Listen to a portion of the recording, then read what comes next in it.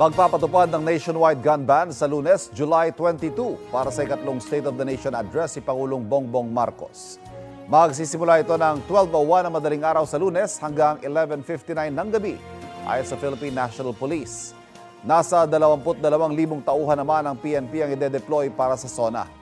Wala naman daw silang nakikitang banta sa ngayon. Samantala, tinatapos na raw ni Pangulong Marcos ang kanyang talumpati para sa SONA ayon sa Presidential Communications Office. Magre-rehearse daw ang Pangulo sa Batasan Pambansa sa araw ng Linggo. Kapuso, para laging una ka sa mga balita, bisitahin at mag-subscribe sa GMA Integrated News sa YouTube. Sa mga kapuso abroad, samahan nyo kami sa GMA Pinoy TV at sa www.gmanews.tv.